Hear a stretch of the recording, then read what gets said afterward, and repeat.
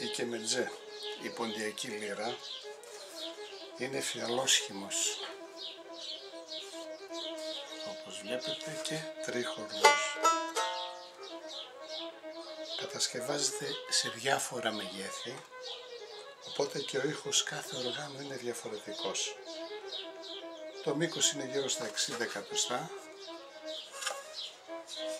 το πλάτος και το ύψος διαφέρουν ανάλογα, 10, 8, 7 εκατοστά. Η μεγάλη λύρα έχει πιο βαρύ ήχο και λέγεται καπάν, και οι μικροί έχουν οξύ ήχο και λέγονται ζήλ. Οι μεσαίου μεγέθους λέγονται ζήλο-κάπανα.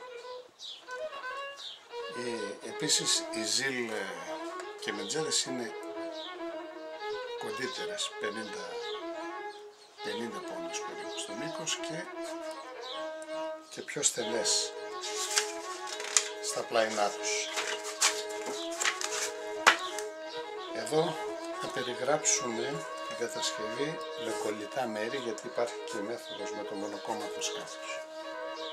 Έχουμε το ξύλο, σφενδάμι, μορφιά, καρυδιά, παλίσανδρος, και καλύτερο ηχητικά είναι το δαμάσχημο, το κοκκίμιλο που λέμε εμείς οι πόντιοι. Έχουμε ένα καδρόνι πάχους 5 εκατοστών,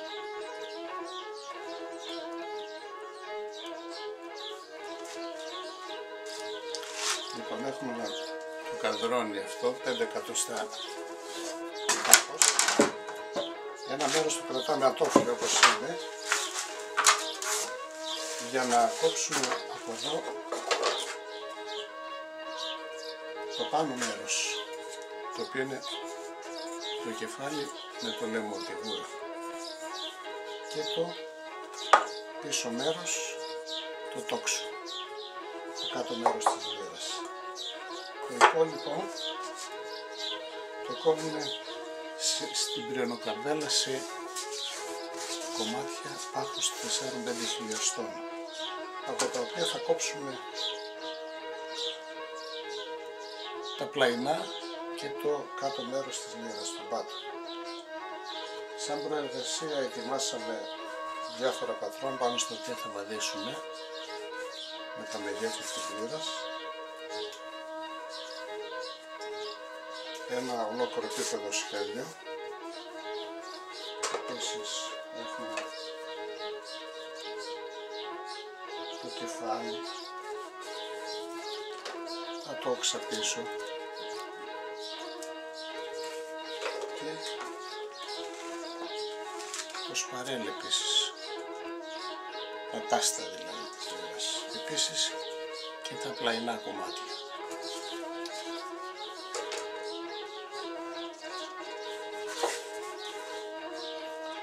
Το κεφάλι στο πίσω μέρος το ανοίγουμε από την αρχή 5 εκατοστά και αφήνουμε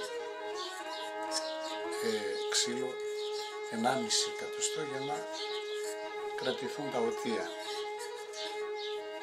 τα οποία τεντώνουν τις χορδές. Επίσης και στο κάτω μέρος ανοίγουμε ένα μέρος στόξο για να διευρύνουμε το ηχείο της λύρας.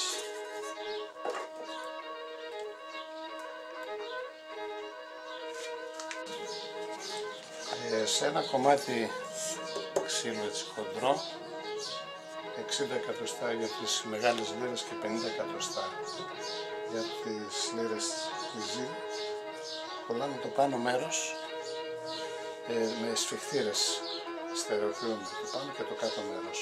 Οπότε θα πάρουμε τα πλαϊνά και θα τα κολλήσουμε με το ξυλόφαλό μας δεξιά και αριστερά. Θα σφίξουμε τα σημεία με σφιχτήρες και θα παραμείνει έτσι για μια μέρα. Έχουν κολληθεί τα πλαϊνά όπως βλέπετε. Τώρα το μόνο που πρέπει να κάνουμε είναι να κολλήσουμε τον πάτο. Για τον πάτο έχουμε κόψει το ανάλογο κομμάτι του ξύλου, το οποίο θα κολληθεί στον πάτο της λίρας και θα παραμείνει έτσι όλη την ημέρα για να κολλήσει καλά. Ο πάτος στερεώνεται με σφιχτήρες και παραμένει έτσι για πολλές ώρες για να κολλήσει καλά. Μετά από το κόλλημα του πάτου έρχεται η ώρα για να τοποθετηθεί το καπάκι. Το σημείο αυτό το λιένουμε και το δημιουργούμε ένα τόξο για να έρθει να εφαρμόσει το καπάκι, όπως επίσης και το άλλο μέρος, το πίσω, το τόξο. Η απόσταση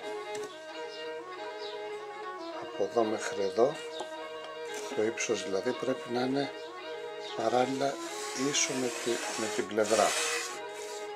Εδώ είπαμε ότι είναι ένα από έλατο ή από πεύκο, ένα λεπτό φύλλο ξύλου. Δηλαδή το ύψος μιας ρήγας που θα τοποθετείται από την αρχή μέχρι το τέλος να είναι παράλληλο προς το άνω μέρος της πλευράς, για να έρθει να είναι ίσιο το καπάκι. Αυτό με επεξεργασία θα το φτιάξουμε, θα το καμπυλώσουμε όπως έτσι. Το καμπύλωμα γίνεται με αυτό το σωλήνο το μεταλλικό, το οποίο το τοποθετούμε στη μόρσα. Στο πίσω μέρος του σωλήνου έχουμε μια τρύπα και βάζουμε το φλόγιστρο, το οποίο ζεσταίνει το σωλήνο. Το ξύλο βρέχεται και πατώντας το πάνω εδώ στεγνώνει και κοκαλώνει σε αυτή τη θέση. Από το κομμάτι αυτό του ξύλου κόψαμε το ανάλογο να ακολουθεί πάνω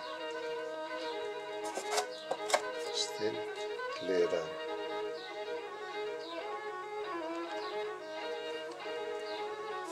Βάζουμε την κόλλα γύρω στις πλευρές, πάνω κάτω και το συγκρατούμε με κολλητικές χαρτοτενίες σε πολλά σημεία σφιχτά. Παραμένει και αυτό άλλη μια μέρα σε αυτή τη θέση και μετά το ανοίγουμε. Το καπάκι κολλήθηκε και συγκρατείται με κολλητικές χαρτοτενίες. Θα ανοιχτεί την επομένη μέρα. Καθαρίζουμε από τις χαρτοτενίες τη λίρα, ανοίγουμε τις τρύπες, τα ρουθόνια και τα τρυπία και στα πλάγια με τις διαστάσεις που έχουμε βάσει σχεδίου και το γιανοχαρτάρουμε να είναι ίσιο. Κατόπιν θα ετοιμάσουμε το σπαρέλ, το οποίο θα κολληθεί σε αυτό το σημείο και το πανικάρ θα κολληθεί στο πίσω μέρος.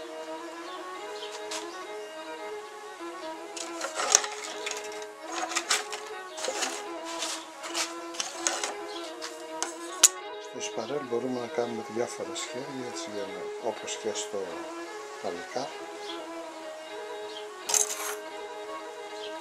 για να είναι όμορφο στο μάτι. Τώρα αυτό που μας μένει είναι να κολλήσουμε σε αυτό το σημείο το σπαρέλ, το οποίο θα πρέπει να είναι παράλληλο προς την επιφάνεια του καπακιού, χωρίς να το αγγίζει. Έχουμε κολλήσει το σπαρέλ στη θέση του και αφαιρέσαμε από το πίσω μέρος της γούλας του λαιμού δηλαδή, αυτό το κομμάτι το οποίο θα το επεξεργαστούμε, θα το λιάνουμε για να γίνει λίο και στρογγυλό, για να κρατιέται όμορφα στο χέρι. Εδώ κάτω θα είναι η θέση του παλικαριού και στο κεφάλι θα ανοίξουμε 3 τρύπες και να τοποθετήσουμε τα ποτία, τα οποία θα πάνε ακριβώς έτσι. 1, 2, 3. 3 οδεία.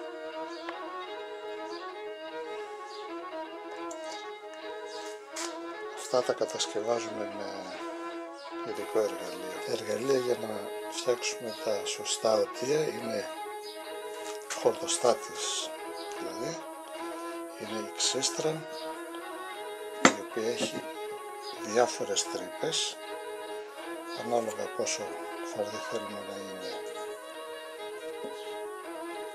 Το οποίο δεξιούμε όπως κάνουμε ένα μολύβι, είναι αυτό το κόνικο σχήμα. Το αντίθετο ακριβώς κάνει το αλεζουάρ, που είναι το αρνητικό.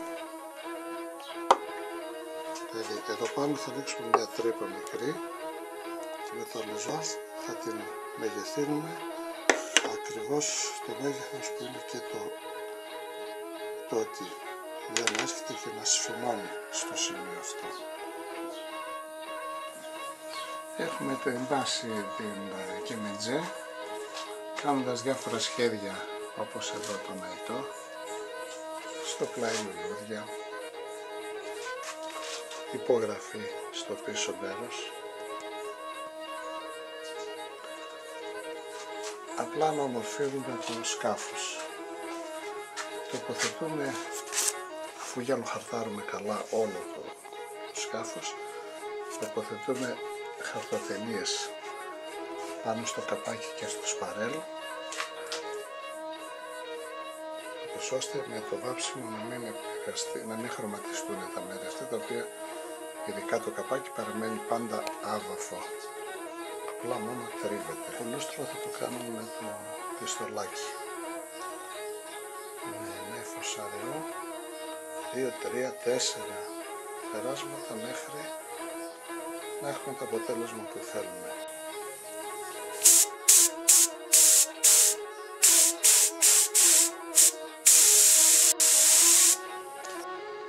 Αφού τέλειωσε και το βάψιμο, τοποθετούμε το παλικάρ, στο οποίο στηρίζονται οι 3 χορδές, είναι η αρχή τους, το γάιταρο,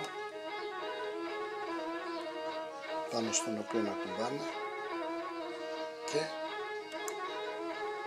εντώνουμε με τα οτεία. Και μαζί είναι τελειωμένη και είναι έτοιμη να παίξει. Αυτό είναι το τοξάρι, το οποίο είναι με ελαφρύ ξύλο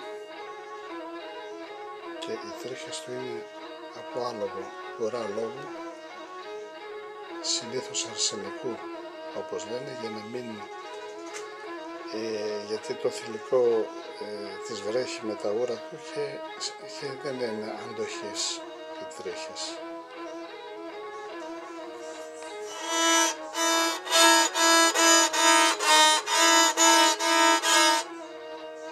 Και έτσι αρχίζει το παίξιμο.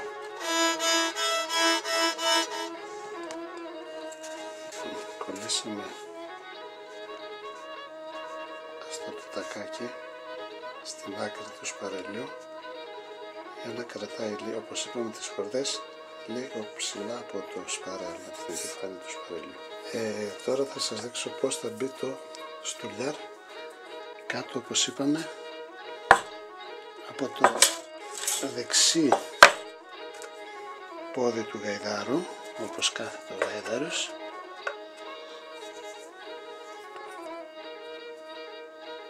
κάτω από το καπάκι. Τσιμπάμε με ένα μικρό σουβλάκι που έχουμε κάνει το στουλάρι,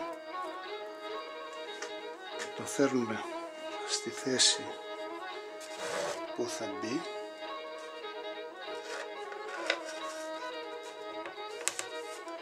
Και